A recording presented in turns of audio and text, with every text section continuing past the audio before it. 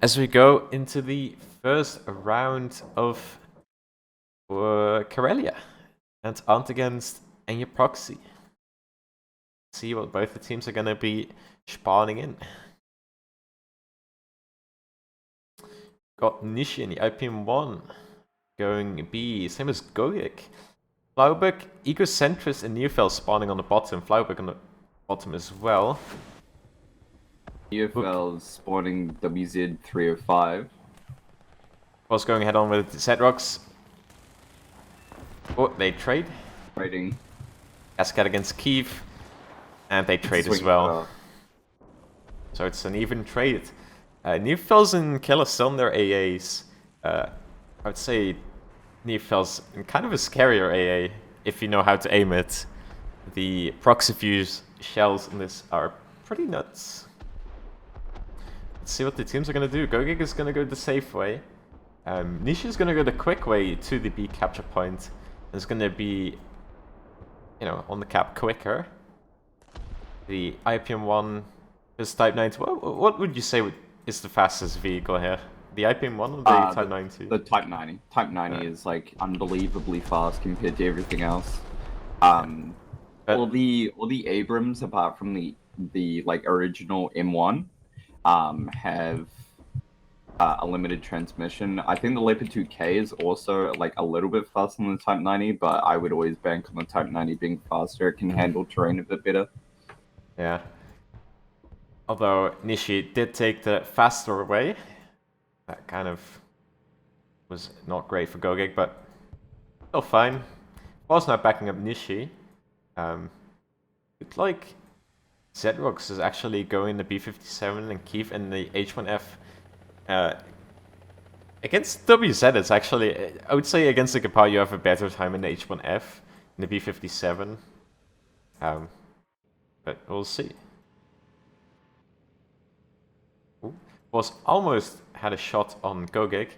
Killer passed this little line of sight too soon, too late, too soon for Foz. But might get caught off guard by Nishi here. But he's staying back. Cascade spawning in the H1F as well. What?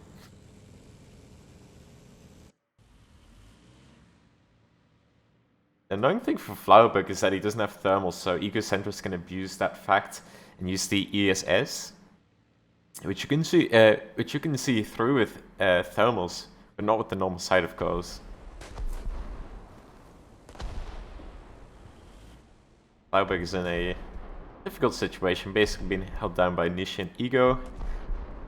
Was holding down Gogik essentially, although it looks like Nishi's pushing back a bit. Pause. He hears the Gepard and the Type 90 there. If he backed up and looked over the cliff, he could kill the Gepard right now.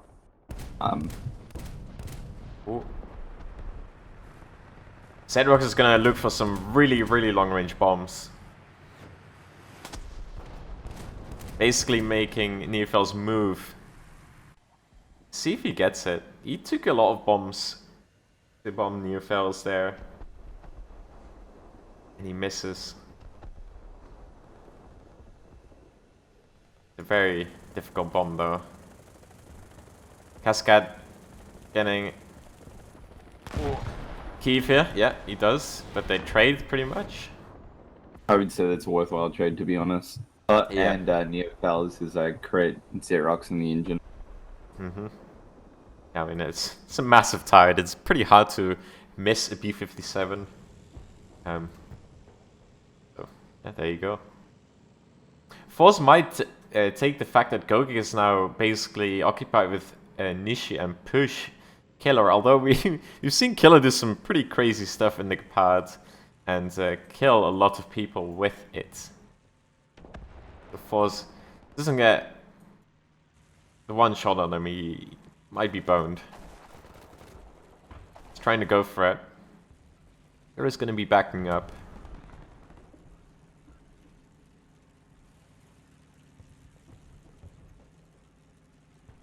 And Foz is not pushing because he knows that if he does push, it's going to be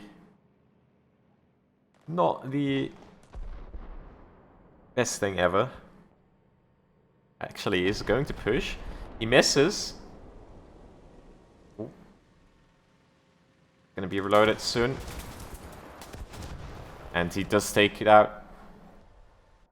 That means that they've got no SBA support anymore.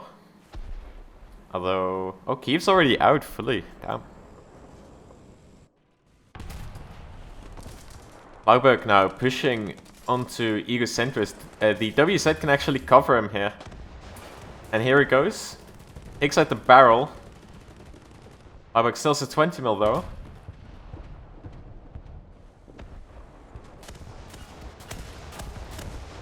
Just gotta watch out here. He can be killed.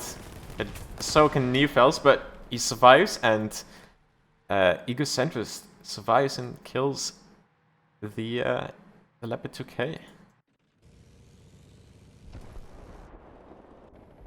It's a pretty decent hold from Proxy so far. Been difficult for Entente to get anywhere. These guys. Egocentrist. Gonna try to make it uphill, but Flauberg spawns and denies that.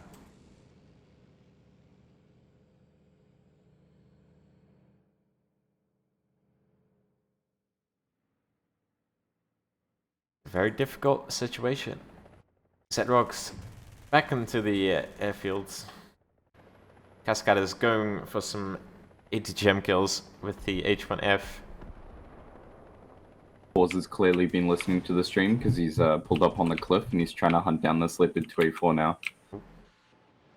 I think Nishizumi could risk a reward the peak and kill him. But I think they're just playing super passive at this point. They don't really need to push for it, especially with the H1F up. It's going to be a very annoying target. While we've sort of got this lull in the match while we wait for the last couple guys to die, I guess. Some people might wonder why all the tournament players seem to be spawning the IPM1 first over the M1A1. And it's pretty straightforward. The IPM1 in-game has more armor than the M1A1 to the turret, and it's a difference of being able to be pinned by DM33 or not. And on top of that, it has... its weakness is it's got a slightly smaller breach, so it won't eat as much shrapnel if someone pins through the breach, but it's got a 5-second reload on an ace crew, which the players value a bit more than being able to just flat pin anything in front of it. So yeah, it's also wondering why we see IPM1s before you see M1A1s. That's why. It's also a tiny bit faster, I believe. It's not insane, but the M1A1 is a bit heavier because of that bigger gun, and I don't know what else about it that makes it heavier, to be honest. It might just be the gun. Yeah, I'm not sure why exactly, because I'm pretty sure the IPM1 in real life is a little heavier. Because they packed the fuck out of the turret with armor, because it had a lot more room than the M1.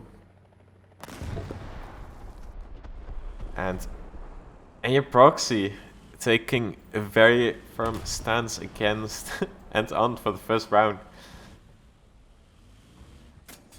Only having Cascade being taken out fully. And just holding these positions is so vital. Neufeld staying alive for that long as well is very annoying for Entente not being able to really, you know, get a lot of kills with the planes. Yeah. And the helicopters. The helicopters, mainly, the WZ is a super good helicopter counter.